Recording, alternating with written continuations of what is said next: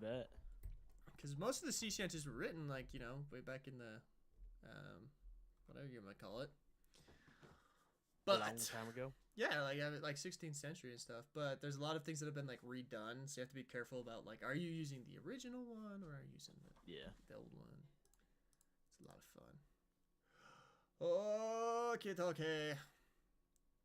God, got people showing up. It's crazy. Dang. Oh, they can hear The us. heck? Whoops. Oh shoot. What is going on, We'll figure that everybody? Might as well intro so y'all can hear us already. Welcome back to the Practically Reality Podcast, ladies and gentlemen. We have taken a week off because Declan was at a very important conference last week. We couldn't find a time to slip in a little recording, but we're back. Back as always, boys. So, welcome to the Practically Reality Podcast. We go live every Tuesday at 1 p.m. Pacific time. My name is Garett, also known as Garett the Gamer, and I am joined, as always, by my good buddy, Declan! Oops, I turned it off. What's up, everybody? Oh, How's it going? He's not working. Why aren't you working? Oh no. Rip. The end. The stream ended. The stream. There we go. We found Declan, guys. We found him. There we go. There he is. I'm here. We just end this How's stream. everybody doing? The world's fastest live stream. Speed run the live stream. Why is that like that? Why did I put it in that order? I'm so foolish. I have the intro and the outro scenes right next to each other in OBS. Probably, you just control copied them. I probably did. That's exactly what happened. I'm gonna stick outro at the end here. Hang on. Ah! We ended again. I know how the programmer brain works. Copy paste. That's all we got. Anyway, what's up, dude? How you doing? What's up, man? Good. How are you? Dude, this has been a weird week for Sail VR and for a lot of things. We're making big plans for like the coming months because holidays coming up and whatnot. Yeah. I bet that's a lot of planning ahead. We're trying. Like one of the big problems with like game development that not a lot of people talk about is like the planning that goes into updates and stuff like that. Like, holy crap, I spend most of my time doing just the planning for it. That's wild. Yeah. I can't even imagine during holiday season when you're, like, trying to get, Christmas updates or, like, Halloween, thinking of Black Friday sales. Like, you're going to do anything special for that. I'm sure there's tons of planning that goes into all that crap. Yeah, I mean, like, that's the biggest time of the year. Like, I mean, if you look at sales graphs of video games, like, across the board, Christmas is always your biggest day of the year. So we're really trying to make it so that sale is just, like, in a really good spot for Christmas and whatnot, and that's taken, like, a lot of effort. So, anyway, we've been planning that all out. Obviously, we also have, like, the Halloween event going right now for Sail VR, and then, yeah. So. I need to pop in there and try it out. I haven't jumped in a minute. I'm always impressed with the community. Like, my gosh, these guys are so smart. Like, because we said it, I was thinking like, okay, 666 skulls. The way it works, right, is the event is you collect these skulls and you donate them. Okay. And you get rewards for it, right? And if the community can get a total of 6,666,666, it will unleash part 2 of this event, right? Uh-oh. But I was thinking, for personal rewards, if you get 666 skulls, you get all of the rewards. And I was like, surely that's going to be super hard. But no, like, the community, like, figures out, like, basically game hack. Not hacks, like, it's straight up just gameplay. They figured it out real quick. Grinding. And I was like, wow, you guys are grinding, man. You guys are something How many else. are they up to right now? We just passed, I think we're almost at 2 million right now. So we're like a third of the way there. It's crazy. When'd you start? 0. No. When? Like? Oh, like a week ago. It went live literally a week ago. So. And then what's the deadline? We're hoping that phase 2 happens before Halloween. We'll see. Oof. You guys gotta hurry. Yeah, hurry up, chat. What are you doing? I'll go get one. Put you guys in the right on the path. That's how you contributed to Helldivers as well. Participate for one day and then freaking rag on the rest of the community if they don't get the thing done in time. Like, what the fuss, guys? Come on. Come on! I worked so hard for those 4 hours that I played. I just introduced my brother to Helldivers. Yeah. Because my brother, like, he's a gamer, but he's a pilot and a ranch hand. So, like, he only gets to play video games like every once in a while. He doesn't have his own system, so he came over the weekend. I showed him Helldivers, and I was like, "Dude, do you want to stream this?" He's like, "No, I just want an experience." But man, I wish we had streamed. It was so funny. He was like the funniest first time Helldiver I've ever seen. But he loved it, dude. Helldivers, I bet, just gets good clips because of the random stupid stuff that can happen in the video game. But like, it's also so cinematic, like the entire time. Yeah, for sure. It looks so good. So even if you're doing something stupid, like jumping off of a cliff to throw down a hell bomb, like it looks good, and it's funny as fuck. I love that game. I still love that game. Have you played Space Marines 2 more since you streamed it? No, that's kind of the funny thing about this is like everyone's like, oh, Space Marines killed Helldivers, and I'm like, I went back to Helldivers after playing Space Marine.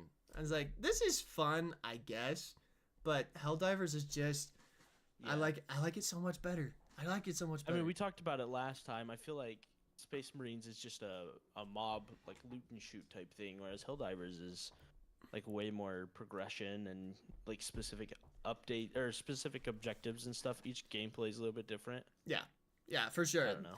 One of my biggest critiques of what's it called, Space Marine. This is a personal preference thing. Like I know this is like kind of one of those things across the board, but I despise health bars with all my heart. Okay. I just do not like health bars, and that's one of the things in Space Marine that like they had like health bars, and I'm kind of like.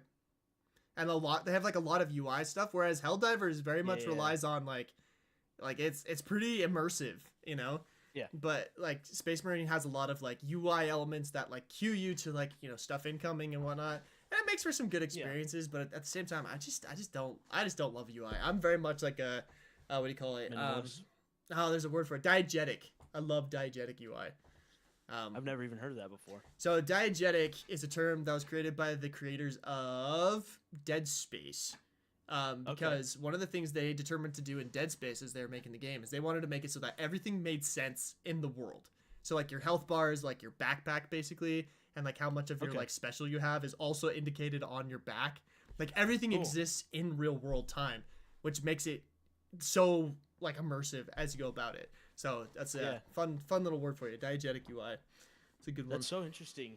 I feel like people are trying to replicate the UI inside of video games in the real world now, like using XR, which is crazy to think that there's like such a pushback to get rid of so much of the UI that's in video games, you know?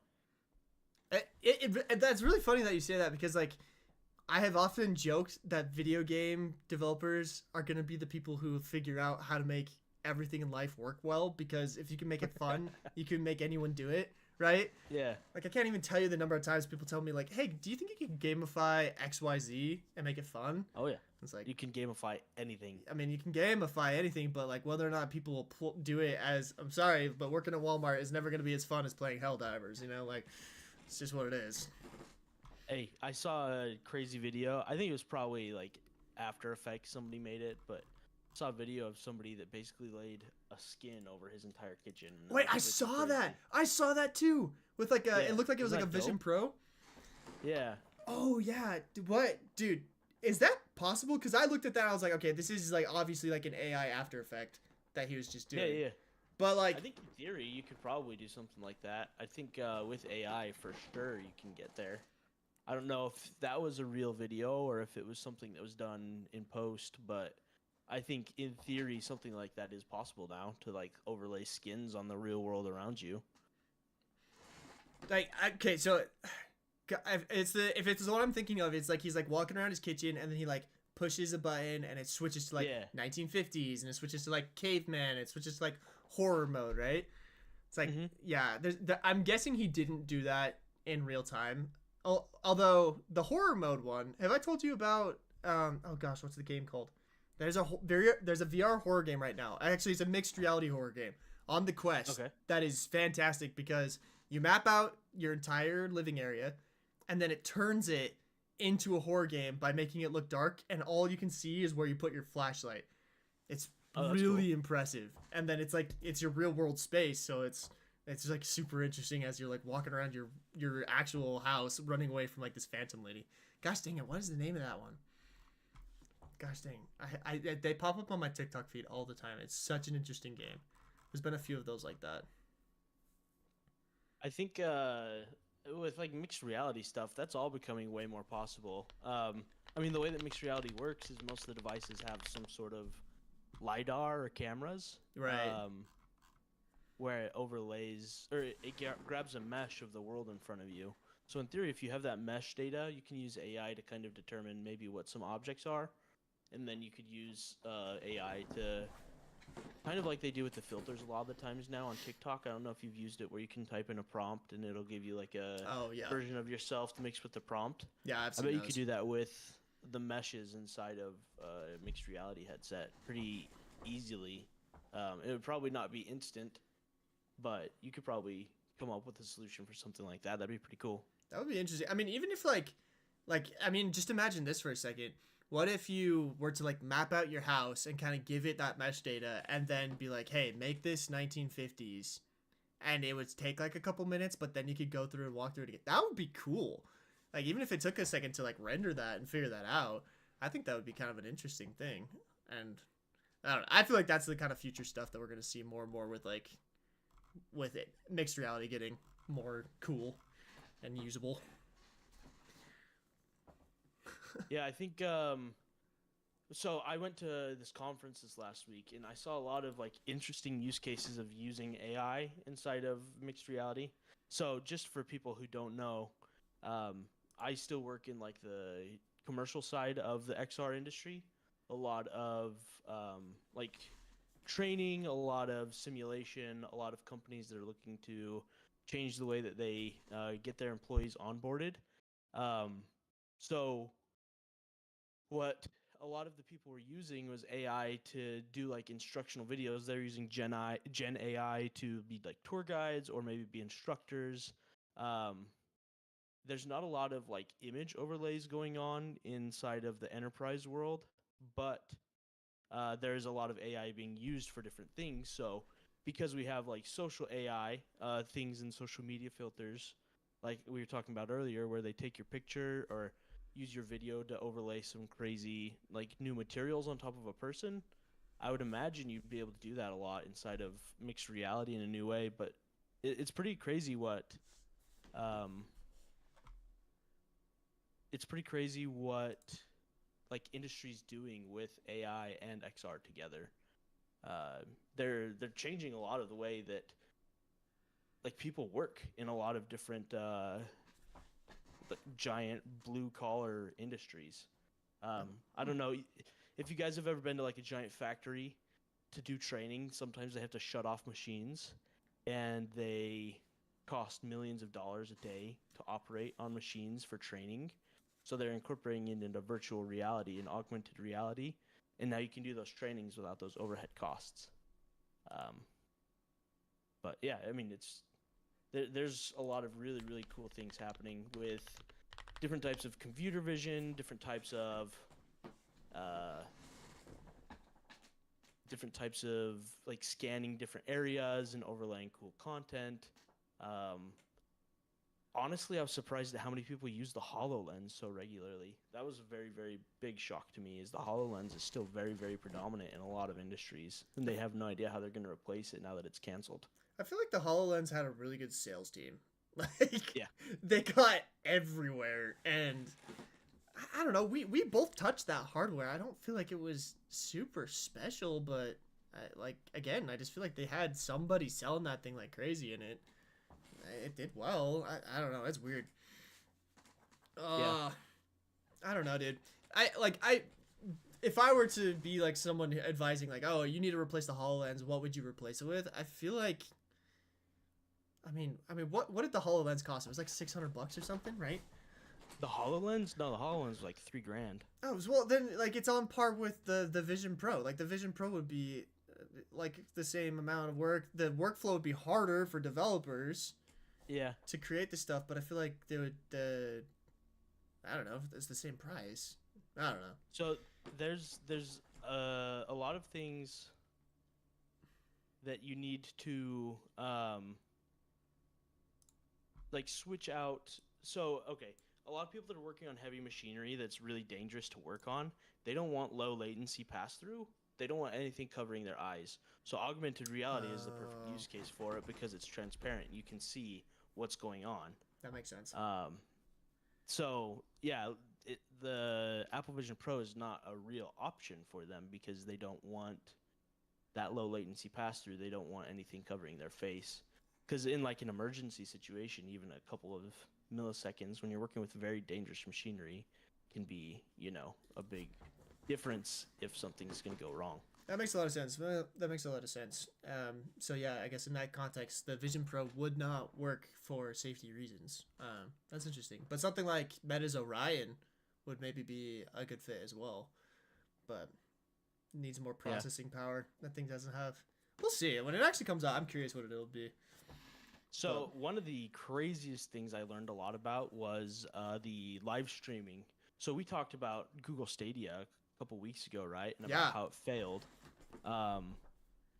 There was something really, really interesting they were talking about. So both Unity games and Unreal games have live streaming services built into like their platform. So I can't remember the exact terminology. Each one's a little bit different, but it's like I know Unreal Engine has they call it cloud graphics processing, which basically offloads the graphical intensity onto cloud stuff. I was unaware that Unity had that though. But I did know that Unreal had a way to do graphical computations on a cloud basis, which neither here nor there. Let me find it because I took a note about it. Let's see. Pixel streaming is from Unreal Engine. So pixel streaming is when you're live streaming a VR application onto like a mobile device. And apparently it's really, really good. One of the guys I talked to a lot at that conference worked for a company that was doing pixel streaming. And then, let's see. Let me figure out what Unity's is called. But essentially, you're able to live stream VR applications straight to devices very quickly. And he told me he didn't really know why Google Stadia and why Amazon's are so poor, the way their products failed so bad, because you can actually do really, really good live streaming. I think the biggest problem was the price of the servers. Yeah. So they were trying to do it too cheap, but I think it's a marketing thing more than anything. Like we talked about with Stadia, like I had a long conversation with one of the developers about like why they thought it failed, and it was literally like no fault of the actual service itself. I felt like it was actually more of a fault of the administration and stuff. And like I talk about this all the time, but I have the cloud gaming version of Xbox Game Pass. Yeah. And it works fantastic. Like I played it just for kicks and giggles. I played it on one of those like live streaming in crazy places just to see if it would work. And it did. Yeah. Like that stuff works really well. I freaking love it. But I don't know. That's interesting. So Unity's is called render streaming. Unity render streaming. Oh, I see it. Yeah. Render streaming. So yeah, I mean, one of the companies that I was there doing stuff with at this conference, I wanted to show you guys this product that they're making. So this is it right here. It's called the Zapbox. Can you still hear me okay? Yeah, I got you. Okay. So it's called the Zapbox. It uses your phone as the hardware. So it costs $100. They're being sold at GameStop right now. And it's all web-based and app-based VR. So it's essentially a VR headset that you can buy everything. It's a 6 degrees of freedom VR headset that uses your phone as the processing power. They kind of marketed it as like Google Stadia, or not Google Cardboard, took a nap for a couple years and woke up and it was a real VR device. So it comes with these controllers right here. They are mapped the same way as all of the other VR controllers. So they have all of the buttons that you would normally have for a VR game or VR headset. And then it tracks using these little dots on here. So that's how it's doing all of its tracking for the VR headset. And then it's using the wide angle lens of an iPhone to basically like do live low latency pass through. So it's a mixed reality device. And then you just kind of put your phone, let me put this together real fast. Put your phone in here. people are asking, like, is this, if I have $300 to Best Buy, would it be better to get this or get a MetaQuest 3? I mean, I would still get a Quest 3 for now. This is interesting. Like, it's an interesting use case for the next little bit. They're still trying to figure out a couple things. So they're working on hand tracking right now. They're working on, let's see, live streaming. So like the pixel streaming and render streaming. They're working on bringing that to this device. So if you look right here, you just mount your phone in like this. And it does like a little split camera lens thing where it's basically using foveated rendering and regular like VR rendering stuff to make it look really good. I used it a lot. They were telling me that they were live streaming Half-Life Alyx from their PC to their mobile phones. They're working on the streaming app right now so that you can stream from your mobile phone to your computer and do VR from your PC VR. And then they they were able to play Half-Life Alyx successfully without any problems. There's still like a couple of little things that they're working out. They're doing this GameStop run as a test to see what the market's like. Right. But in reality, like this could be kind of like a Google Stadia for VR, or mixed reality. They have all of the mixed reality stuff as well. They're working on a 3D printed version, so you can customize it to be like however you want it to be. You can make it, but they're calling it a phone accessory. They're trying to the whole purpose of this company is to make XR more accessible. So they actually make a web XR engine that I use pretty regularly. But I'm going to be trying to work with them over the next little bit to come up with some unique titles for this type of headset, because it still uses, like, it still has a little bit of tracking problems. So they actually control tracking with these like little pieces of paper right here. Interesting. So that's how it does all the tracking. You just kind of put them on the desk in front of you. So like for desk games, like I told them Demio would be a really cool use case to see if they could get a port of Demio for it. It would track really, really well. But they're working on like a multiplayer solution, and it's all run. You can do Unity games. You can build Unity apps for it. You have to download their APK and then put it in your Unity program, and it'll run. But it's also built for WebXR. So like last week we talked about HeyVR.io and how they have a bunch of free VR games. There's another platform called Spatial.io that you can go to on your VR headset. They have a ton of web-based VR games that you don't have to have apps for. They're all free. But they're trying to basically make that, like, I don't know if any of you guys were alive for the Flash games era of the internet when Flash games became super popular. They're kind of calling this like the Flash games revolution for virtual reality as well, which is Flash games. Super interesting. That is super interesting. Huh. That'll be an interesting one. So there was kind of in the same realm. I mean, obviously, like, I've always thought, like, why aren't we using the phone? I've always thought something like this product like would eventually come along. There used to be like a Samsung headset that did this, remember? Yeah. And then there was obviously like the Google Cardboard, which was super interesting. But the one most recently that I've seen that was kind of interesting to me was there was what's the name of that company? Pimax. Pimax. Did you ever see their one that was like a handheld and a 6DoF headset? Like, it was like this, okay. like, it looked like a Nintendo Switch. So, like, there was, like, a version of it where you had, like, a Nintendo Switch version where, like, the controller slid into the side and it was, like, a tablet. But then you could also slide it into the front of a headset, and it had basically extra hardware to give you that 6DoF tracking, like, something similar to what the Quest 2 was. And they were selling it, and it was kind of interesting. I never got to try it out. I saw it at one of the conventions I went to last year, but I never actually got to try it, because they were like, oh, this is just like a display version. We don't actually have it working. But it was kind of an interesting like idea, like a use case, you know, like if you have the hardware that works for one thing, why not duplicate it to work for another thing? You know what I'm saying? Yeah, I think nobody in the industry, everybody felt like Google Cardboard was a setback for VR and AR, but like it made it accessible for a ton of people around the world to try out. And like there were problems with it. People got sick using it because it wasn't like worked on very well. It was kind of just a prototype. But these guys have put in a ton of work for the Zapbox, and everybody that came by was extremely surprised at how well it worked. Like you see something like that, and it's like, whatever. Like $100, it's cheap. Like if it does anything, it'd be pretty cool. But it actually works really well. We had Meta was there at that conference too, and they had a couple people, like come and look at it, and they were impressed at how well it worked.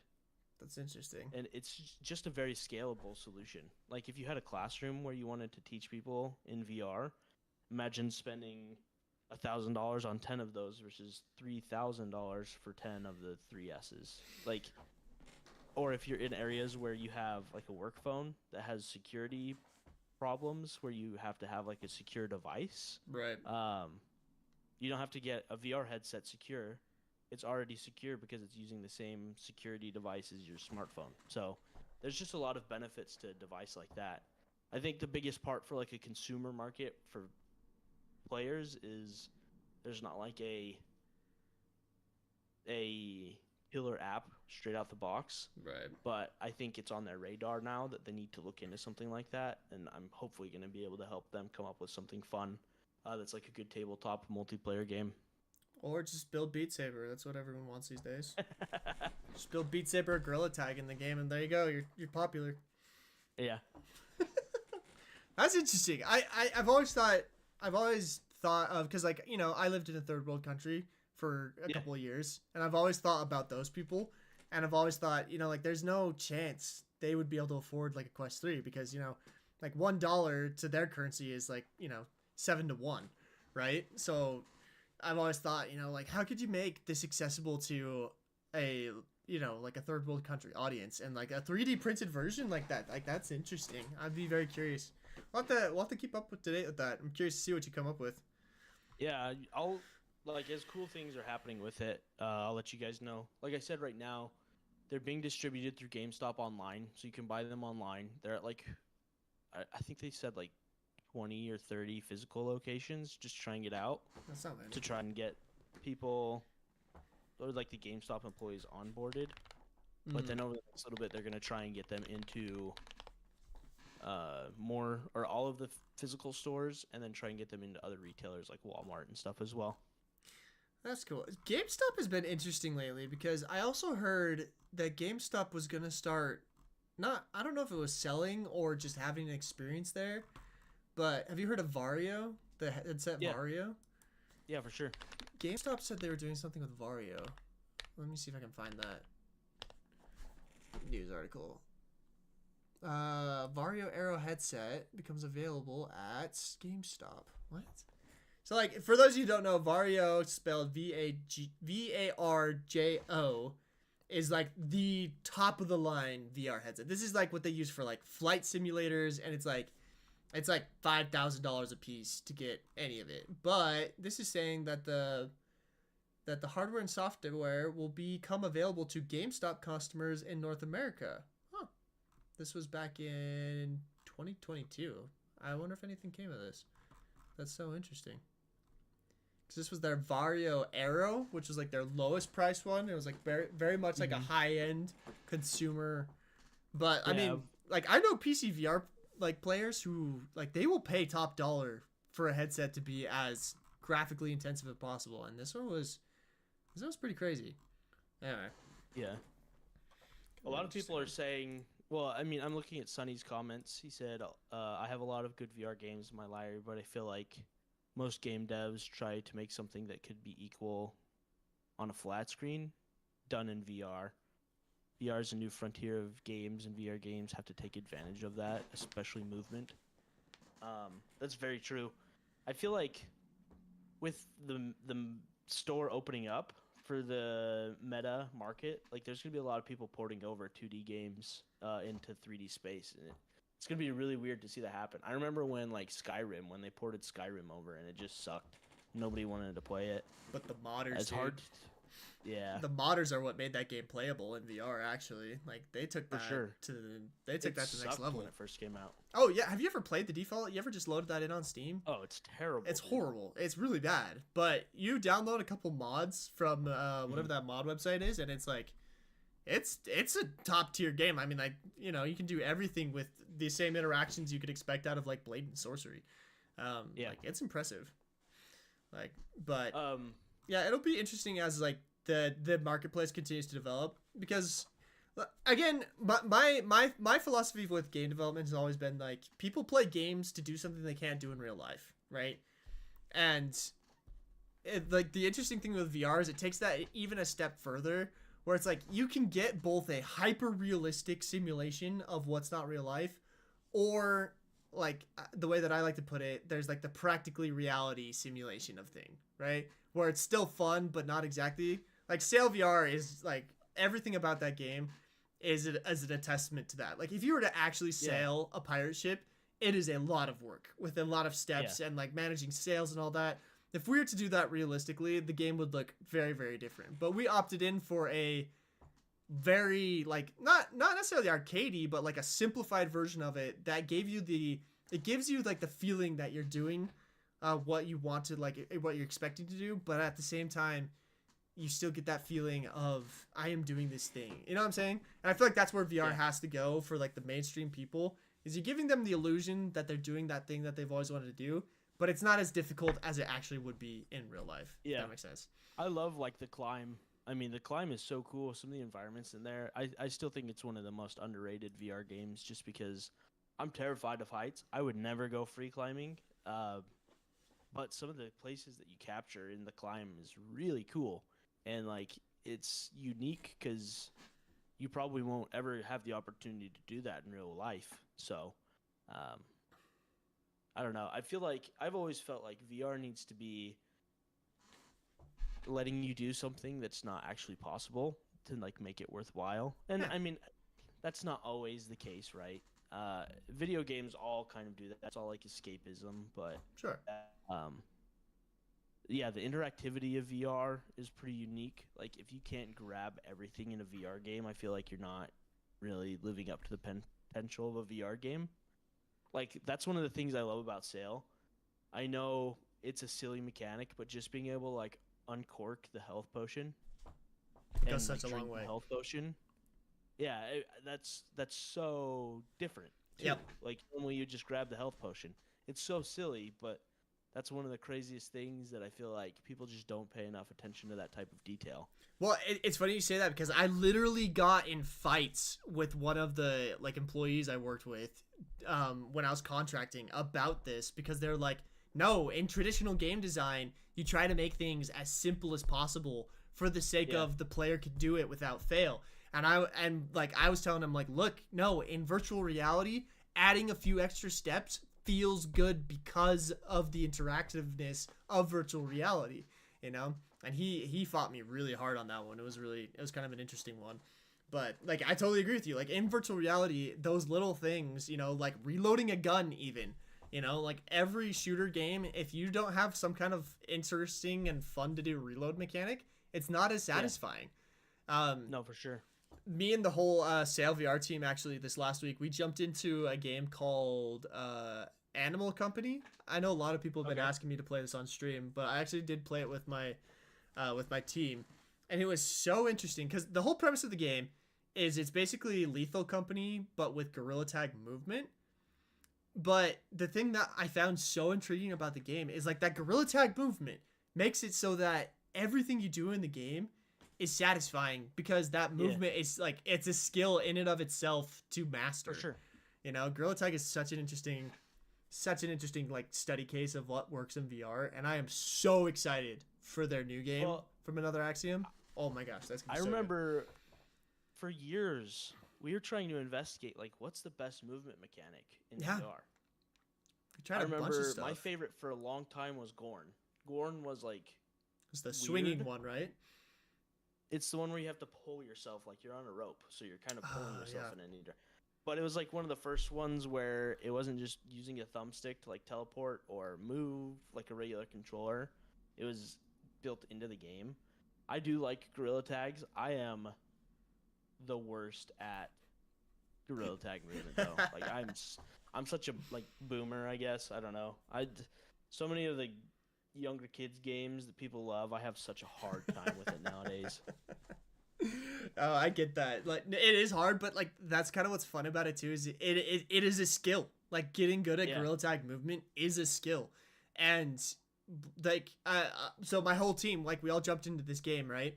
And we were talking about it afterwards because I have the full spectrum of people on my team. Like you've got my lead dev who also is just like that part of his brain where like VR motion sickness lives has just died, so like nothing phases him. But then we also have our lead artist who is very new to VR and very much gets motion sick like easily, which is kind of nice as the team because we can kind of say, hey, will you jump into this real fast and see if it makes you sick?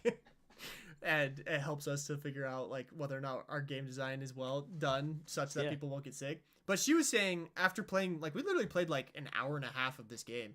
She was saying that after that time, she's like, I'm not sick. Like I don't feel bad at all. Like something about that like monkey arm swing, dude, feels good in the brain. Like that's the most bizarre thing, but hey, like they did figure it out. I had a question. I'm kind of reading chat and stuff and like seeing what people are talking about, but what is a genre of video game that you feel like you haven't seen come to VR yet that you would like to see or like at least hasn't come in a good way to VR yet that you would like to see in VR? So one that I feel like a lot of people have tried, but I don't feel like very many people have succeeded at is like sports games. That's interesting. There's a lot of basketball games. I recently talked to the guys at Big Ballers VR about their game. We had an interesting conversation. And like I didn't know this, but like they have both basketball, baseball, football, and volleyball. But it's very much like a physics, not physics simulation. It's more of like a simulation, like trying to be the real thing. And it just doesn't feel good to me. I played gym class for a while there just to see, because that's another like super popular, free to play VR game, and I just never liked it. The one like VR sports game that I loved, which wasn't really a VR sports game, but it turned into a VR esport, was Echo. I freaking loved Echo. Yeah, like, that was incredible. And I feel like there's a couple things coming out soon that are interesting to me. Like we talked about that disc game that's coming out from what was it, A6? Yeah. That's like the more I think about that game, the more intriguing it is to me. I'm very curious to try it out. But like I said before, the makers of Gorilla Tag are working on another game that they're calling Orion Drift. And I've talked to a few people. I've tried to get into the beta myself and I still haven't been accepted. But I've talked to a few people in the beta, and they're like, "This is the most addicting sports gameplay I've played in I don't know when." Like the sports that they have created inside of Orion Drift are apparently so good. They work so well in VR, and so I'm like very curious with that. That looks cool. I'm really excited about it. And they've also they've learned so much from Gorilla Tag as far as like anti-toxicity and stuff that I really think it's just gonna be super solid from the get-go. And like the guy who created Gorilla Tag, the guy Lemming is I think his name, he started out as a professional Echo VR player. Like that's where he started his VR journey, and then made Gorilla Tag from that. And I just think I don't know. I really like the guy. I think he's got the right head base for making cool VR games. So yeah. But man, other genres from that. I'm very curious to see the new Arkham VR Batman game. I was wondering about that because it's supposed to come with a 3S. Is it out? Yep, it released today. Okay. I have not jumped into it yet. It did come with the 3S. Okay. I have it downloaded on here. I'll have to jump in and try it. But that third person, like, how do you even explain it? You know that gameplay, like, where you fight, like, a mob, but it's all about, like, going to individual people? Like, God of War is a perfect example of it. Like, the whole Arkham series is a good example of it. Like, I feel like a lot of flat screen games rely on that, like, third person. Kind of like a hack and slash? Almost, like yeah. Devil May Cry type thing? Yeah. Like, I don't know if anyone has done that super well. Also, like, horde shooters, hack and slashes. I don't really feel like I've seen a good hack and slash in VR. Yeah, that's a hard genre. Like, a lot of good hack and slashes I feel like depending on style points, but with something like gorilla tag movement, that'd be super interesting. Yeah, If you could do like a fun bouncy where you're like bouncing around on people and dealing damage to them that way, like pushing yourself off of enemy, like a low gravity hack and slash. That'd that be would kind be of interesting. That would be interesting. I could see that working. I like my brain is racking itself to try to figure out like how would you keep track of style points in virtual reality? Because like in a flat screen game, it's easy because you can just keep track of like button combos and like Yeah. timing and stuff like that. Like that's a lot easier. But in virtual Yeah. reality, where it's not as clear the points of style, like we actually Yeah. we get this feedback all the time on hard drive, because in hard drive you could do lots of different tricks and like backflips and stuff, and people have asked us like, oh, you should reward points for like cool tricks you do, and we sat there for a while and we're like, I have no idea how we would How keep to- track of whether or not you're doing a cool trick, you know. Yeah. So anyway, kind of an interesting. I think one of the genres for me that I would love to see more is and it's just because I've been thinking about this genre a lot, something that I really want to make in the next little bit, a rogue, or not a rogue, like a Metroidvania, where like it's a platformer Metroidvania. I feel like VR platforming has been kind of explored. There was one like gorilla game too, where you had the claws and you like push yourself around everywhere, and you had to climb up different things and like shoot out your claws. And let me find it real fast. It had like gorilla tag movement. No More Rainbows? Is that what you're talking about? Yeah. No More Rainbows. That one was fun. Yeah, that was a cool one. That's kind of Metrovania-esque. Is it? Well, so Metroidvania is where you, and we talked, so I remember early on in the development of Sail, we talked about making Sail more into a Metroidvania when there's the concept of like just a couple islands. I don't know if you remember, where we were talking about having enemies come in from different areas, and then you kind of unlock a new ability, and then you would go to a different part of the island and it would be unlocked because you have more access to a different part of the island because of this new ability. So like if you think about a Metroidvania, like classic would be you play, you have a single jump, you can only get to certain areas because you have a single jump, but then you unlock a double jump and now you can jump even further, so there's more of the terrain that's available to you, and then eventually you unlock like a wall climb mechanic, and you just build up your character's power, but that allows you to platform into new areas. I feel like that's would be interesting. a really, really fun like VR concept. I talked to you about a really, really good Metroidvania that came out recently called Animal Well. Yeah, I That's did look that. published by Donkey. Mhm. Yeah. That'd be a lot of fun for like a VR concept. But like VR platforming, I feel like No More Rainbows was a lot of fun. And like the what's it called? The one where you're a Russian cosmonaut and you have plungers that you shoot around in low gravity. Jupitergrad. Yeah. So like there's some fun platforming Forgot games, about that game. but a lot of like Moss is another example of VR platforming, or like the robot one that we had in the mixed reality lab. That was another example. Like there's so many different types of VR platformers that I don't know. I feel like maybe you don't need a Metroidvania, but I just really want one. Well, So bad. the concept of like only being able to access certain parts of a map after unlocking certain abilities, I feel like it would actually work really well with the gorilla tag movement, maybe combined with like another really big movement mechanic I see in VR all the time is like the Spider-Man web shooters, right? Yeah. Like if you ever played like Web Guy, that's a great one. Or what's that other? There's a really fun one called. Well, that's what like Jupiter Grab is as well, right? Right. Or Jupiter Grad. Yeah. But like one of the things I really appreciated about Animal Company, and I don't know if they did this on purpose or not, but they created a lot of areas in the game that were extremely difficult to get to, which made it really fun. Because like one thing I do in a lot of video games is I just go wander off, right? Yeah. But in this game, it was really interesting because they created these areas where like if you wandered off and you could actually get up to these areas using the gorilla tag movement, which again is like a skill unto itself. If you could get up to these exclusive areas, there was like little kind of cool hidden things for you and like potential rewards and stuff like that. So I feel like you could like make a really cool, because I feel like another thing about like Metrovanias is like a connected map as well, it's like you usually Yeah. come back to like a certain spot or whatever to like go to another spot. Am I wrong on that? I feel like that's kind of how they work sometimes.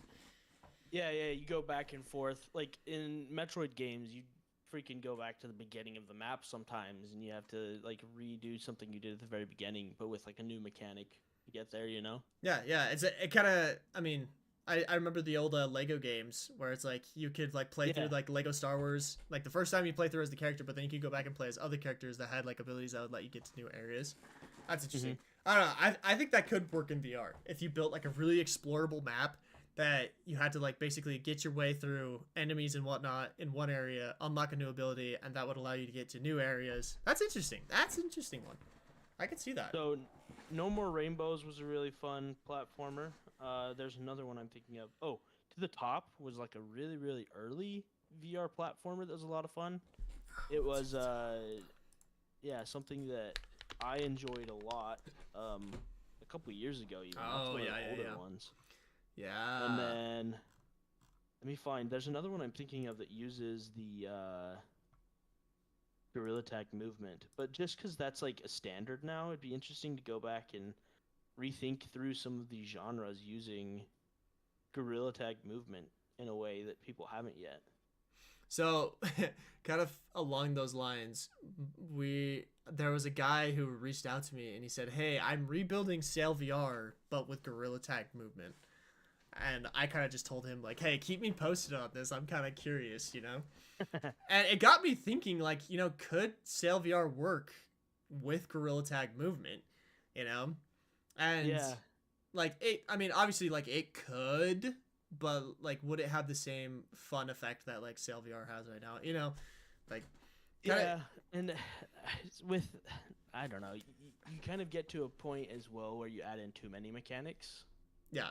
Like Sail VR So- has a lot to it, you know. Like there's digging, there's reloading, there's the chest mechanics, the bottom. Like I feel like there's too much where I don't know. We've been debating maybe for April Fools we'll switch over to Gorilla Tag movement for the day. Just Yeah, like have a that'd be funny. funny. One. It'd be kind of funny. That'd be a crazy update. That'd be That- so much work I for an April Fool's Day joke. it actually wouldn't be that hard. We were looking into it. No, And it's you don't like think so? it wouldn't be that bad. Like That's the awesome. Gorilla Tag movement is actually open source. Did you know that? Yeah. Yeah, you can. I actually downloaded it the other day into a fresh project and was kind of screwing around with it for a couple game ideas I have. But Let's dink around with it. dude, I'd do it so with you. dude, I'd play around with it. do you think that's gonna be standard though? Like actually, I because feel like it is standard already. it's starting to be. I feel like all the new games that are coming out, and it's like, oh, and it's got Gorilla Tag movement. You know? No, I feel like Gorilla Tag is revolutionary because of the movement system that they create. It was a problem in VR for years. People couldn't figure out a good way to move in VR. But it kind of solved one of the biggest problems for some games, right? Like, I wouldn't really think Gorilla Tag movement would be fun in a game like Swords and, or let's see, what's Blade the and one Sorcery? called that I'm thinking? Yeah, Blade and Sorcery. Right. Like, that wouldn't make sense. Right. But I feel like if you build it as a mechanic inside of a game, it makes sense. Like imagine I think it could be a lot of fun in a roguelike. Yeah. That's another genre of video game that I love. Okay, the one I was looking at, Out of Hand. That's another. Oh platformer. yeah. That's another good one. And I it know uses Out of Hand, the guys. Gorilla Tag movement as well. It's a ton of fun. I played it a lot for a while. That'll be so interesting. So I feel like the two standards of movement that exist right now in VR is number one, Gorilla Tag movement, and then number two, you've got the movement right stick, rotation left stick. Which, if that doesn't, honestly, I feel like teleporting has kind of gone away. I have like- not seen teleport in a while. It would be a lot of people have it as like an option to implement, right? In more casual like games, a yeah, but like comfort anything, mode? anything, Really? anything competitive, I haven't seen a teleport game in a while that I Yeah. can think of. I don't know. Prove me wrong, chat. I don't know. But that's like speaking of movement, that was one of the reasons in Hard Drive originally we did the movement that we did in Hard Drive, because we were like, oh, everything's confined to you on this motorcycle. We don't have to worry about the player going anywhere. But ironically enough, one of the big feedbacks we've gotten on our game Hard Drive is that people want to get off their bikes They want to explore. Yeah, explore. And I was like, huh, that's super interesting. That's like what people are wanting. So it'd be interesting to like add in. I don't know. You could do something interesting with hard drive like that. It'd be fun to have like a bar or something at the beginning where you pull up and you have everybody that's kind of just chilling. That's kind of what we're thinking about doing, actually. Cactus Jam is interesting because I like the way that they kind of are handling their main menu system, where you go into the bar to actually play the prop hunt game mode and stuff. Also, Gorilla Tag inspired. I kind of like their menu. Yeah, for sure. The funny thing, one of the big critiques and things that I've told the devs of Cactus Jam is I think that their lobby area needs to have some kind of game mode associated with it. Because while it's super awesome that it's like, oh, if I want to go play prop hunt, I go into here. But if I want to go play, they have like capture the flag and they have horror mode. Like you go to different places. But in the actual just like main area itself, I feel like they also need to have some kind of like gameplay mechanic going on there. Because it's purely social right now, which is fun in its own sense. But I don't know. I feel like that was kind of one of the magics of Gorilla Tag is that you jumped into the game and like you're in the game. Like it's tag. No matter where you were, like you're playing tag. You know. How many people do you think actually play tag? Okay, anybody in chat, if you play Gorilla Tag, how many of you actually play tag? Yeah, that's a good question. Like, is that still something that people do? That's one of the things I don't know. Like, do people still play tag in Gorilla Tag? Sonny's saying like 20% of the time people used to. Yeah. Like, I don't know. I feel like that's also. It's like a fallback thing though. Like if you're bored, it's like, well, there's always tag. Yeah. You know what I'm saying? And like people, I mean, I've seen crazy videos of people coming up with like, here's my obstacle course, see if you can't beat it, or you know, like other like they created their own game modes on top of tag, which was really unique. But so one of the interesting things, I don't know if you've ever played Valorant, the like competitive shooter game for computer. I played it like one time and got so frustrated I rage quit. I think they in the shooting practice area they added in a platforming challenge. Like you can go around and Call of Duty practice just shooting did this. and yeah, isn't that cool? And like you can get, it's not like anything crazy, but you can get like cool notifications, or like I don't know, you can get like a new charm or something for the game if you complete the platformer. It'll like time you, so they have internal speed running stuff for it. Like that kind of stuff is just fun. Well, that concept. That's so funny that you say that, because Call of Duty has this game mode right now. It's called Get Higher, and it's literally an obstacle course. And if you can complete it in under 10 minutes, it's this stupid long obstacle course that really requires you to know like all of the movement in Call of Duty. And it like it's funny because it's like it actually gets you way better at the movement in Call of Duty at the same time of being like a good challenge. So like at the same time of like they have this really cool unlock mechanic where if you get it in under 10 minutes you get this awesome weapon skin, but you're also like practicing. And I think they're my personal theory on it is they're doing it because Black Ops 6 is going to be so movement heavy. Like if you're not good at movement, you're gonna be screwed in that game.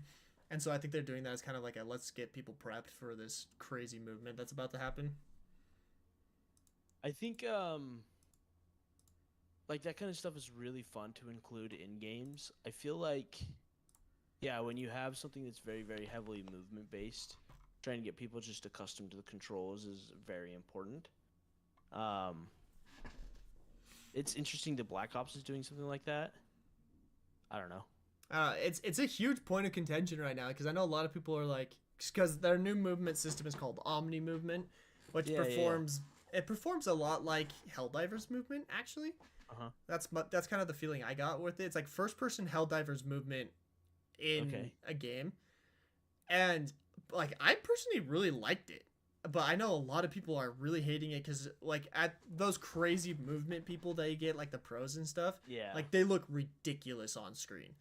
Like it is wild. It's probably not very fun to watch.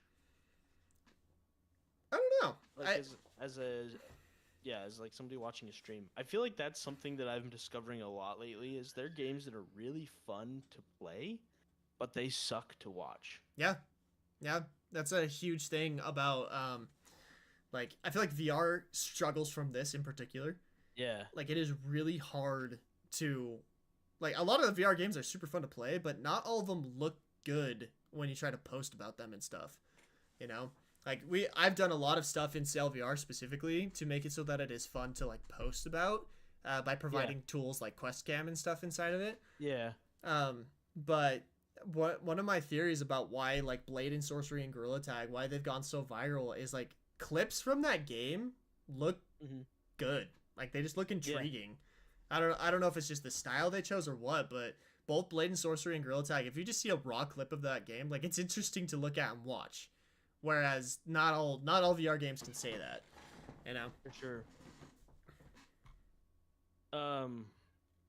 Yeah, that's interesting. Like a lot of the cool competitive games that I really like, people just don't like watching them. Like some of the first-person shooters and stuff. Do you think Fortnite was fun to watch? I think it has an appeal to it because it's that third person. You know, like there's more to see than like first-person shooters. Because again, like going back to the movement thing, I jumped on a stream of someone on Twitch where they're playing Warzone or whatever, and their movement was so choppy, like it was like watching someone have a seizure. It was so crazy. It's like I'm not watching this, you know. Whereas like Fortnite, no matter how crazy you're moving, you're always in that third person, which I feel like makes it better to watch just because it looks a little more cinematic. Like going back to Helldivers, I feel like that's another reason why Helldivers is so fun to watch, is it's always in third person, and when it does switch over to first person, it makes sense in context. So I don't know. It's an interesting one. I do like the idea of like the quest cam. Is that the one where you put behind you so people can see your character? It's basically an in-game phone that allows you to record third person like stuff. VR chat for a while, right? Yeah, like VR chat has their own version of it. Basically, this company came out, they're called QuestCam, and they built their own that developers can basically just drag and drop into their game, and it just lets people make videos. I do a lot of my posts on the SailVR social media using that QuestCam now, just because it's third person. It's so fun. That's interesting because I feel like it's not standard practice for a like multiplayer server for you to render your own character, right? In first person. Typically, so that's something that people are having to do now. That's interesting. That's also like a very unique thing to VR. I guess not always, but in VR, a lot of times, especially if you're doing multiplayer stuff, like you have to render your own. Like there is something to looking down and seeing a body, whether it's yours or not. Okay, that makes sense. Yeah, I didn't think about that. I don't know. It's kind of an interesting. I feel like that's another like game design debate in the VR community. Like I am of the opinion that you should always render a body. And some people are like, no, you just render the hands and you're fine. And I'm like there's something mentally about like looking down and seeing your body, especially like if you're trying to sell, just like, and especially if you're trying to sell cosmetics and stuff, you know, in your game. Like if you don't look down and see like what you have equipped, no one cares, you know. Yeah. So what do you think about that, chat? Do you like having a body or not having a body? Ooh, we should make that a poll. Let's do a poll real fast. Arlen says he likes having a full body. Full body. That's interesting. Full body avatar. Yeah, floating hands do look weird. It does. It looks weird. I remember like in Sail single player we had floating hands, and it just never felt right to me. And like one of our big things that everyone wanted to have when we had that is it's like they wanted to have it come over. Yo, VR Central showed up. What's going on, dude? Nice to have the option to toggle it off so that people who don't want it. Yeah, no, more options is definitely a good idea. But I feel like default, you should have a body, in my opinion. Especially if there's like a physical presence. Somebody else gave that same answer, is it's nice to toggle it off because there's already FOV limitations. For sure. So, body gets in the way. Definitely That's does. Interesting. It's an interesting debate, and it's kind of curious to see like which games do and which games do not do that. But not full body is interesting. I kind of liked the monkey do approach where you have just a tiny body. Well, I mean, like the Gorilla Tag isn't technically a full body either, right? Like the Gorilla Tag is a half a body and go gadget arms. I don't know. kind of an interesting one. Yeah. But I don't know. VR is like such a new space. It's always funny to talk to like other game devs in like the flat screen space, because they're like I feel like there's very established rules in flat screen gaming about like what you should and should not do. Whereas in VR, it's still such a wild west. Like we just still don't know what should and should not be done. Yeah. But, anyhow. I have such an itch to make a video game now. I've been making commercial stuff for so long. I know I've said it before. Like, I've been kind of doing video game stuff now a little bit. And I want to make... So I'm actually doing a challenge this week. No, not this week. This next month. Using scans. So the challenge is you have to make some sort of video game either using a physical location. Ooh. So a game based around a physical location. Or scans from physical objects. Ooh. And using those as assets. I think I'm gonna do scans from physical objects and create one of those anger-inducing games, like To the Top. Oh, or getting like, over it? Getting over it. Ooh, yeah. Interesting. So just use a bunch of real-world objects as like the things that you're climbing, because they do that a lot anyway. Right. But I'm just gonna go around my house and scan, I don't know, a water bottle and like my headphones, and use those as the meshes inside of the video game as a platformer, like an anger, like type of thing, or if you fall, you just have to start over. Dude, that going back to our talk about genres we haven't seen in VR yet.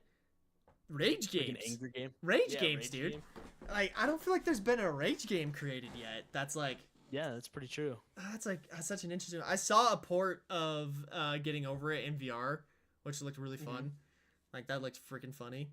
But... With the pauldron that you're sitting yeah, in. like, you literally have the thing, and you have to, like, get yourself up. It's funny, dude. I've always That'd be thought that'd interesting be with Gorilla Tag movement. I mean, like, that's you practically can do a is, game right? like that. Yeah. Like, that practically is Gorilla Tag movement. It's just, you have this one hammer, and that's your one point of getting over it, you know?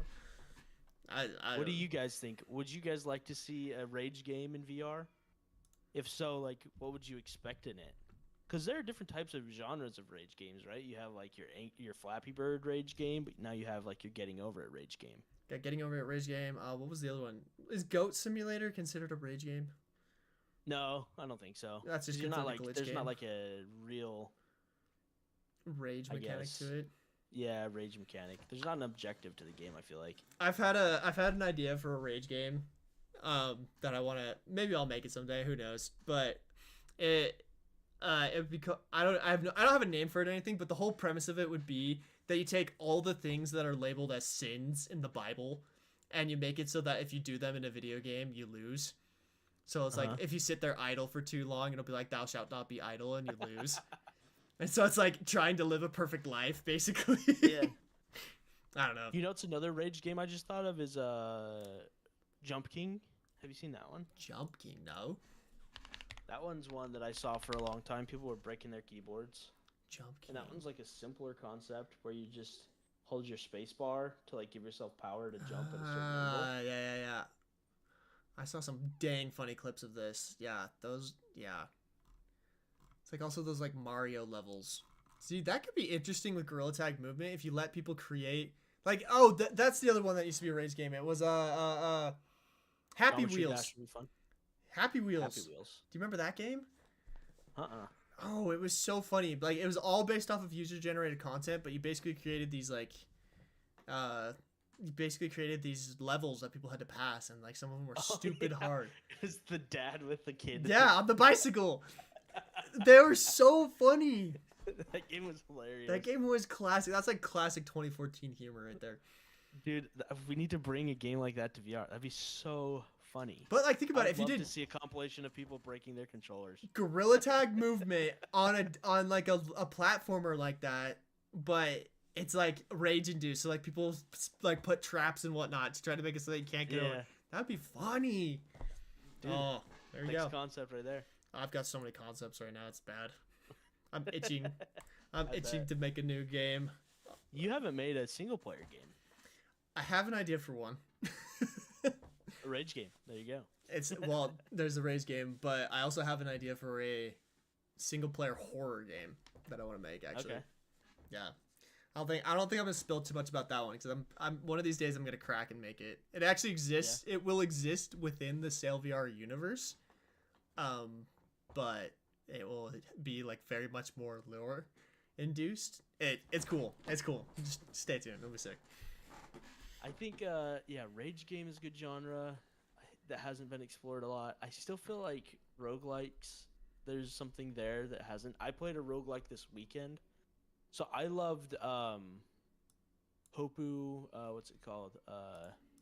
Hopu Games makes it, or they made it, and they just got bought. Let's see. Let me find it. Risk of Rain. So it's kind of like Risk of Rain. Yeah. I used to love Risk of Rain too. And there was a game recently that came out called Gunfire Reborn. It's like a first-person roguelike, but kind of like a Risk of Rain more. Okay. Where you're finding objects all around the map, and they make you stronger based off of the objects that you buy, and you do different builds based off the runs. Okay. That'd be a fun VR concept where it is expected to be like a roguelike, but you kind of... I think there was one. There was a roguelike for VR that I played once. I think it's called After the Fall. No, that's no. It's not After the Until you fall. Until you fall. That's a pretty good roguelike. It'd be interesting to do that with, again, gorilla tag mechanics now though. Like there are different mechanics that weren't invented, when that game came out. That's it's fair. a fun game. That's fair. But it's a lot of like pressing forward to jump into combat and then pressing back to jump out of combat. But now you can have like a gorilla tag thing where you're kind of jumping around everywhere and using a shield, and I don't know. Oh, that's interesting. That's interesting. Because with like the idea of gorilla tag mechanics, you can recreate so many games that have been made in the past that maybe weren't like up to snuff, right? It would be really interesting to make basically like the same combat as like Arkham, like Batman Arkham, but with gorilla tag movement. So like bouncing off of people. I saw this game this week called Rilla Shotgun. Have you seen that? No. It's basically Doom, but with gorilla tag movement. It's classic, dude. Like, I freaking love it. It's awesome. So, how much do you watch game developer YouTube? Kind of depends. Like Blackthorn Prod.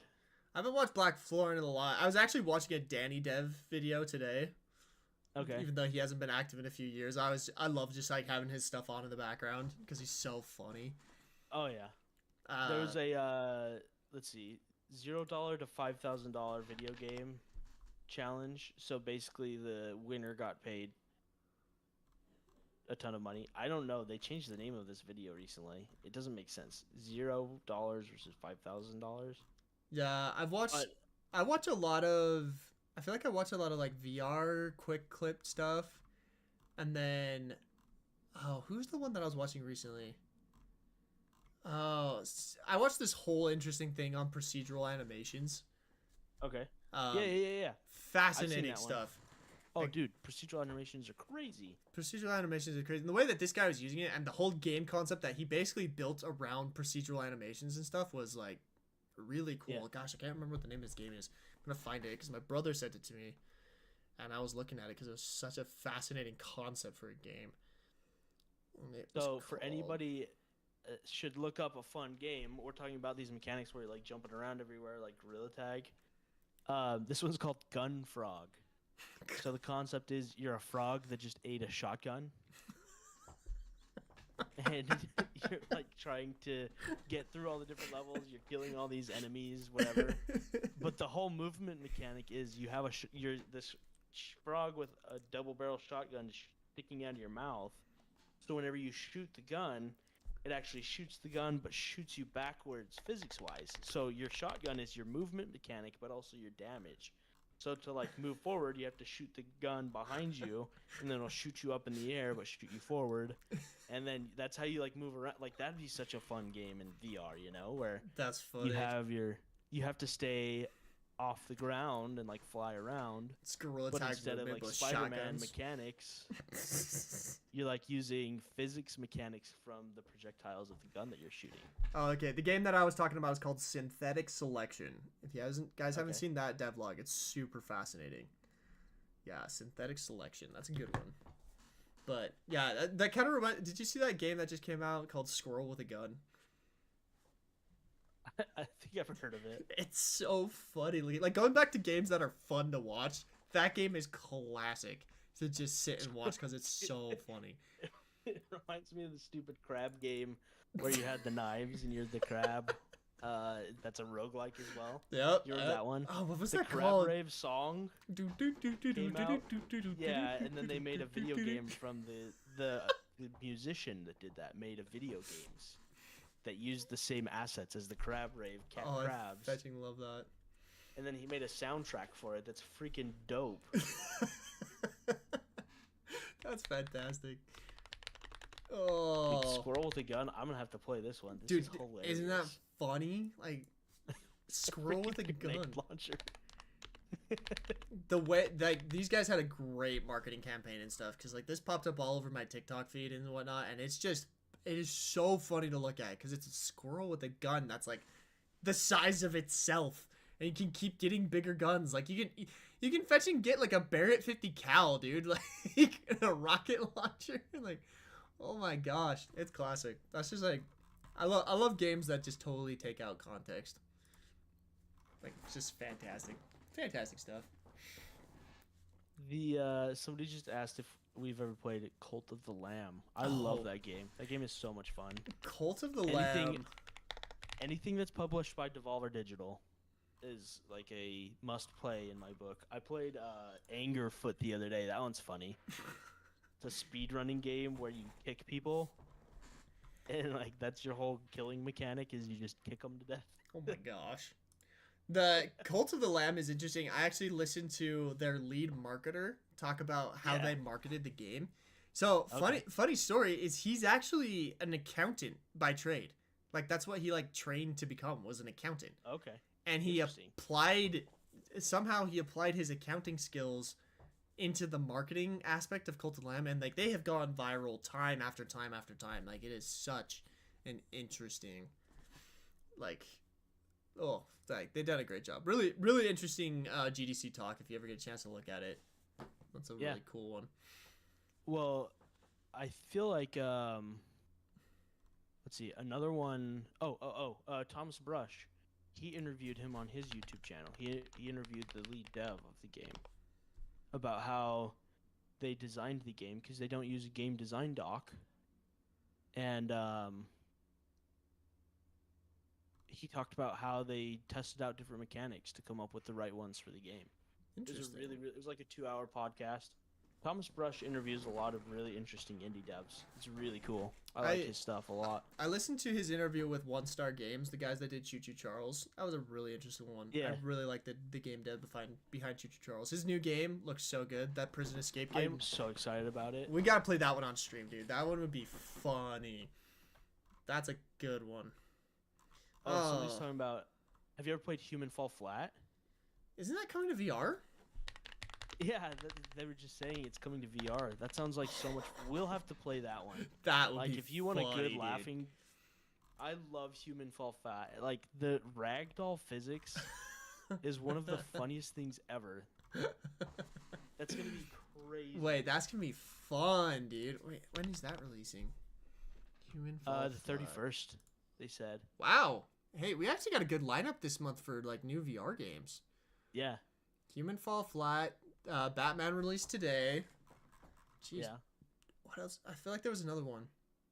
There was a game that I was excited for coming to VR because it's a TV show that I watch a lot called Taskmaster. It's a British I guess comedy game. It looks like it didn't perform very well. Oh, so it's a show where it's got 4 stars. Not terrible. It's a game or it's a TV show where there's one guy who's the taskmaster And basically, he just makes the 5 contestants do crazy stuff to win his approval, and he gives points to whoever did the best in the performance or in the stupid skit. Like, it's the stupidest, most British TV show ever, and my wife and I have watched every season of it. But it just looked like a bunch of mini games. Like, it looked like a lot of fun because it looked kind of like a Mario Party type thing. Okay. You're just doing a ton of little mini games in VR. Okay.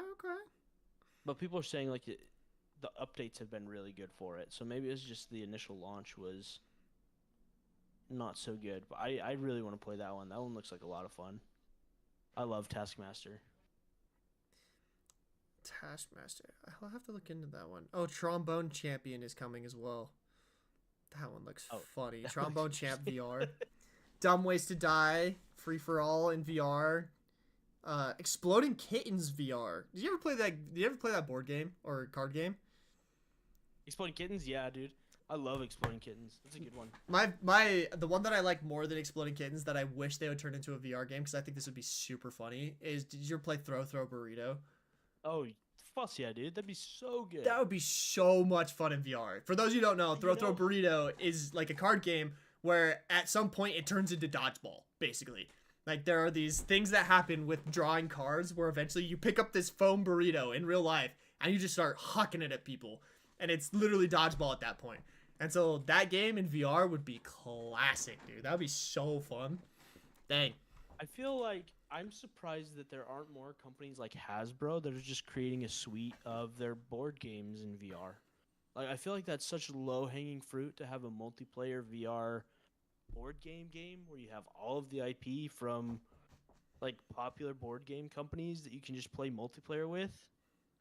I don't know. I feel like that is such a low-hanging fruit that I am surprised that people aren't coming and making inside of VR. The thing because I saw I feel like it was a Kickstarter for exactly this. But the problem is they wanted to build their own platform for it.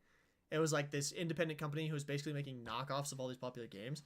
For whatever reason, like VR just doesn't have sway yet for like stuff like this.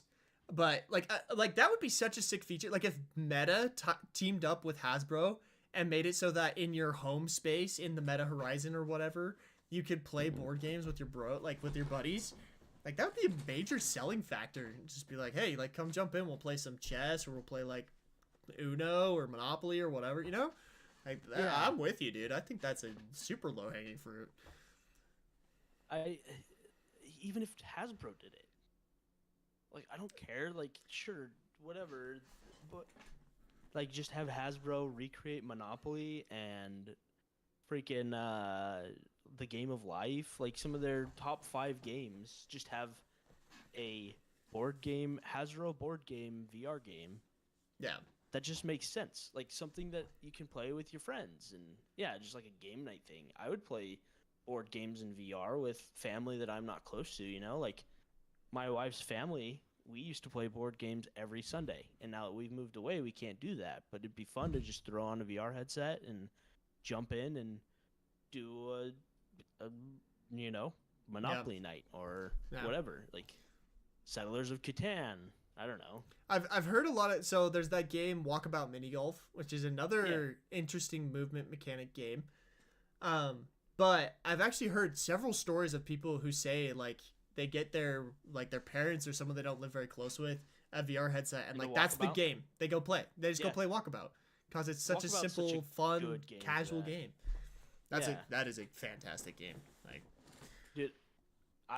My friends and I do board night or boys night every Thursday. And just thinking of mini golf, there's a golfing with friends. Have you ever played that game? Golfing with friends? Wait, is that the golf with your friends? Yeah, where you just troll each other. We need something like that in VR. I'd love to have like a game where you and your boys just hop on and just troll each other for like 45 minutes, and it's so stupid. We need more troll games like that or something like. Yeah, just like super casual. Again, there's like, and I feel like Gorilla Tag is probably that. Maybe we're just not in the right demographic for those types of games. Maybe not. I know like golf with your friends is pretty dead for the most part, but It was super popular on stream for a little while because it's like you're just playing golf, but everyone's playing at the same time and you can run into each other, right? Yeah, exactly. Like that's a funny concept. I feel like you could do. Did you ever play Monkey Ball on like GameCube? Yeah, I feel like something like Super that Monkey could Ball? work really well in VR. yeah. Huh. Most interesting. Yeah, there's so many fun concepts that have yet to be explored. It'd be fun to just come up with like I don't know. I feel like there need to be more sandbox games. Like games where people can make their own. But you have VR chat. Maybe not. I don't know. VR chat, like... So this is actually kind of a bigger problem. I've talked to a lot of my VR game dev friends about this. And it's like... There needs to be better community creation tools inside of VR games. So like, perfect example is like Gorilla Tag, right? Like I feel like actually you and I could jump into Gorilla Tag and probably have a really good time, but Gorilla Tag is not very good about providing like that kind of community building type stuff, like private servers and stuff like that. Like they have it, but it's not super accessible. I don't know. Like it's something we've talked a lot about, especially for like sale, where we have people who want to build like clans and stuff inside of the game. And I find that like an interesting concept because it would be so much more interesting to be able to jump into like an instance of sale where you know the other people you're going to run into are also members of your clan, you know? Yeah. Just because like you jump into a rando, like I jumped into a rando lobby in sale and I was like so disappointed with my own community. Like just the stuff they were saying to me, and they didn't realize I was the game dev, but I had to go ban like 3 people because I was like, oh my gosh, like what is this crap? It's funny though. There's one thing. So when Monkey Do was being developed, one of the things that I really tried to get them to do that I still think would be so dope if they could figure out how to do it was add in a sandbox mode. Like one of my favorite memories of playing Tony Hawk Pro Skater was, I think it was Pro Skater 3, where you could create your own skate park. Yeah. Do you remember that? Yeah, or like what was the game that I played sandbox mode on all the time? Fetch. I mean, like going back to that, like Happy Wheels, like 99% of the content that was in Happy Wheels was user generated, you know, and there's like a whole rating system and stuff. If you think of like Mario Maker, like that is a successful video game on its own. Yeah. It's just like creating a sandbox game where you have. Could you imagine Monkey Do where you have like 50 different assets you can choose from and you can choose the objective of the game? I feel like that would be such a successful thing where you drop everybody at the same spawn point and like say you wanted to do a race game mode and everybody's trying to get to the banana at the end, kind of like a Fall Guys game mode where everybody's trying to race to get to one banana at the end of the map, and if you get there then you're the winner. Like just giving them freedom to create their own versions of games that they want to make, but doing it inside of the editor. You're right. I feel like that would, or inside of the game itself, that'd be such a cool way to get user-generated content in and get people like playing it more often. I don't know. No, that's interesting. We've got Sunny in the chat who's saying that like Bone Lab is super popular because of how customizable it is. But like it doesn't have native multiplayer, you know? It's like you need those two aspects, like native multiplayer and user-generated content, and you'd have pretty stellar game. So VR Central said there's you can pair other apps with Gorilla Tag to make fun maps. So Grab is a full sandbox game. Oh yeah, Grab. Where you build, but like, why would you not just make a game where that is the whole game? Like give them a couple of game modes pre-built, right? A couple of different map layouts. And then essentially just give people a free-for-all on letting them create sandbox games and just use Gorilla Tag movement. That is interesting. Just like integrate it into Gorilla Tag, just a sandbox VR game where they're just making their own stuff. That is what this Grab game is looking like now that I'm watching the trailer. It's very much like, like movement and generated content. That's interesting. I'll have to get that one to try. I know that's a super popular one right now. Wow, that's crazy. And I mean, like Rec Room and stuff, like that's pretty much like the whole basis of Rec Room, right? It's like 90%. Can you make stuff in the game though? Yeah. Yeah, they have like a whole Okay. scripting language too. Like you can like script stuff too. Kind of crazy. Oh, Grab does look pretty cool. That's an interesting one. I might have to check that one out. It looks more like a rock climbing type thing. Yeah. Yeah, for sure. I don't know. UGC is really hard. We looked into creating a whole sandbox editor for hard drive. Yeah. But like just UGC is kind of a complicated thing because you have to come up with a way to basically export it to the cloud and download it based off of like several things. And there's ways to do it, but it's you have to kind of think about it a little harder than you think about most things. I think it's like, yeah, I know somebody that's making a node editor in a VR game right now. Oh, interesting. For like an educational experience. So it'd be interesting to talk to them about their experience of creating a node editor that's like built into VR. Mm-hmm. So you can have like a scripting thing. It just makes me think of like if you're doing UGC with a sandbox game, you'd have to do something like Maquette, where it looks like in Grab they have something where you have like just shapes and stuff. You can make yourself super big and place things and then kind of jump in and play it. I don't know. That just sounds really fun. And I mean, as a nerd, like I would love to have something like that for Dungeons and Dragons, where I create a Dungeons and Dragons setting and have like a bunch of stuff that happens whenever the players are in there and they're kind of playing a video game, but I'm controlling everything as a DM type of a thing. Like I go in and create the settings beforehand. I don't know. There's a really cool Dungeons and Dragons. It's exactly what you said. It's like it's a VR map editor where you create like a Dungeons and Dragons world, and then you can jump into it as a VR character. So like I saw something like that once, but I never saw the final release of it. Yeah, I'm trying to find it right now, and I can't seem to find it. But I don't know if anyone knows what that is. Yeah, I did. So Roblox is in VR. Dungeon and Full that's Dive. a lot of where I'm thinking of a lot of this UGC is, because Roblox just hit another milestone. I think they had like, what was it? Roblox just hit a giant concurrent player milestone. I think it was over 10.8 million players at a time. Wow. They said it's bigger. It has more concurrent players inside of Roblox than every game in Steam has, except for the top game, or like something like that.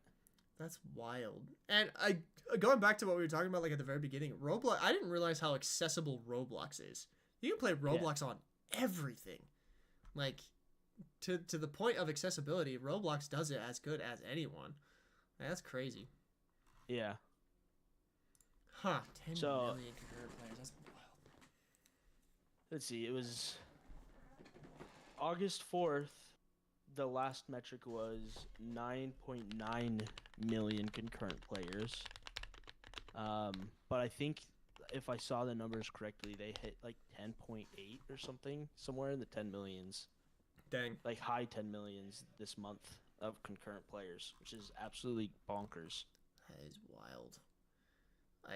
I did a video on like Shopify and Roblox coming together, and it's kind of interesting. In the comments, I was interacting with a lot of people, asking them like, what would you and wouldn't you buy in a video game? And a lot of people were kind of like, it was kind of interesting the different things that people were like, I would absolutely not buy this, but I would consider buying this.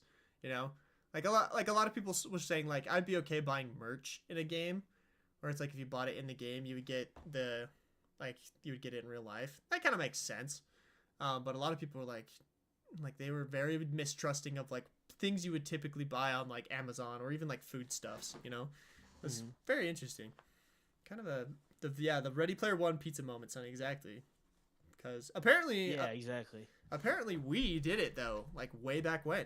We made it so that you could buy stuff in this little, like they had Uber Eats before anyone. Like freaking Nintendo, awesome. Man. It's crazy. I've been hearing a lot of rumors about a Nintendo VR headset. I hear that too. I am very skeptical. Supposedly the Nintendo so cool. Switch 2 just got leaked. Yeah. There's always leaks. I see nothing. We'll see. I think a Nintendo VR headset would be dope. It'd be so funny if the first game that came out was like a Retro Boy recreation.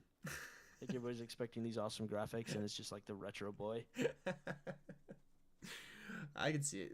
The thing is, though, if Nintendo did release a VR headset, if they Oh, released an open world version of like Zelda in VR, that would slap so hard.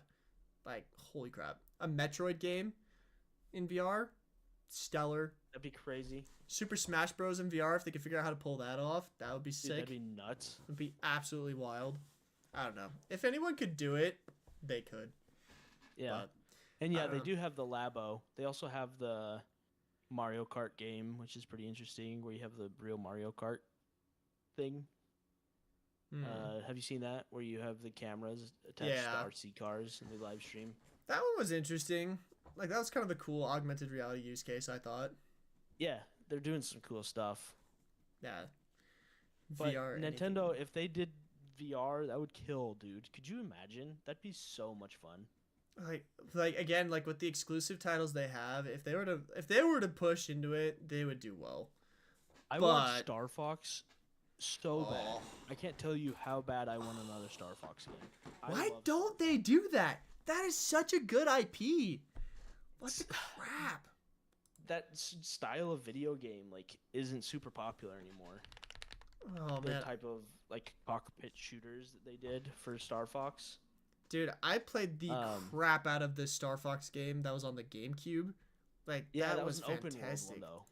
That was modeling a lot of what people really want from Star Fox is that Ubisoft game, the Squadrons. No. Ubisoft made the let's see. Let me find it real fast. One of the games. Starlink's Battle for Atlas. So you could fly around to all the planets. It was a pretty open world space game. The only problem was you couldn't get out of your vehicle. So you were flying around in low orbit or on the ground of a planet inside of your space ship. That's kind of cool. It was fun. It was an awesome game. Underrated. I loved Starlink Battle for Atlas. It was a ton of fun. It looks like Star Fox. Wait, is it Star Fox? Well, they have a DLC for it. So if you buy it for the Nintendo Switch, you can play. That's awesome. They had 4 special missions for Star Fox. Okay, that's cool.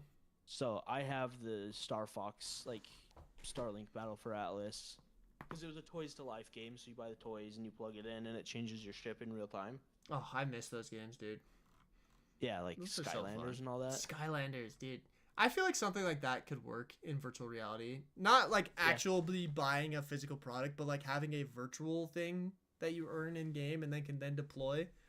I don't know. I feel like someone could make a pretty sweet Yu-Gi-Oh type game or something like that. I was just thinking about that too. That would be sick. A Toys to Life, but collectibles. Oh man. See, that's the other thing Nintendo could do if they jumped in the VR space. They could make a Pokemon VR game where you could scan your cards and bring the actual character into your site. Dude, screw Nintendo VR. I want Pal World VR. Give me a freaking machine gun. Nah, I will say yesterday, so my wife was out at book club with her friends, and I sat down with my daughter, and she's almost 2. And I was just looking through Netflix because our Disney Plus was signed out and our Hulu was signed out. So normally, when I'm hanging out with her, we watch animal documentaries because I'm a nerd. But instead, I was just scrolling around and I saw Pokemon was on Netflix, and I was like, "What is this?" And it was a remake of the original Pokemon movie in 1999. They remade it with Mewtwo. So we watched that full movie, and freaking. I'm crying because I remember the first time I watched that movie in theaters when I was a little kid. Going to the theater and getting this special limited edition Pokemon card. But then when Ash turns into stone and he's all the Pokemon are crying, I'm sitting there crying and my 2-year-old doesn't understand, but she loves Pikachu now. So then we started watching the 2000s anime of Pokemon, and we watched 6 episodes of that last night. So I'm a little Pokemon nerd now. You're back into Not it. even 2 years old yet. Yeah, dude. There you go. Start them I'm young. gonna watch all the Pokemon again. Dude, there's some solid quotes from the Mewtwo that I still think about. Those are solid. Yeah. Fetch, dude. We are out of time. I feel like we are. The 2000s, the second Pokemon movie with Lugia in it is so underrated. I loved that one. That's a solid one too. Yeah. I actually never saw that one. I saw most of the Mewtwo one, but dude, for whatever reason, I did not get into Pokemon Face. I like somehow skipped that. I don't know why. Like everyone makes fun of me because I've never played Minecraft and I've never played Pokemon. Well, let's jump into both of those. I will, if you want to play those on a live stream on a Thursday, I will play both of those video games with you. Dude, I think we're gonna have to at some point. I told chat that if we hit some ludicrous amount of subscribers, we're gonna play Minecraft because I gotta get into that game. But we're getting there. I had a original Game Boy with Pokemon Yellow. Yo. So I was in deep early on. Yep. You are single-handedly keeping Nintendo alive. Just kidding. I know somebody it is for real, actually, though. All right. Well, we are just about out of time. Chat, if you've got any last questions for us, let's do some rapid fire. We didn't even get to talking about the Quest 3, which is what we were originally going to talk about today. But hey, this is what happened when Declan and I get rambling. We go off. That's why we turned it into a podcast. So that's what happens. Let's hear it. Minecraft VR horror. Wait, there's Minecraft VR horror? Oh gosh. Yeah, Captain Monkey's got a question for me. Let's hear it, dude. They should make an animated movie about the lore that leaked from Pokemon. Yeah, no thanks. No thank you. We don't talk about the lore that leaked from Pokemon. I didn't hear that. Don't look it up. Definitely don't do that. Oh. Right, I'm doing it right now. I'm skeptical about how much is actually like real from those, but yeah. Horror mode. Load the VR mod. Might have to try. I do want to try out the VR mod for Minecraft, but Chimps. Will you check out Chimps Life VR game? Let's take a look. See. Chimps Life VR. Chimps Life the revamp. The heck? Dude, that lore is funny. I feel like I've seen stuff like that before, just in the past. I feel like it's just bad fanfic that like maybe internally they were keeping note of. Yeah. What's the one Pokemon I'm thinking of? Obviously, people are saying Mr. Mime, but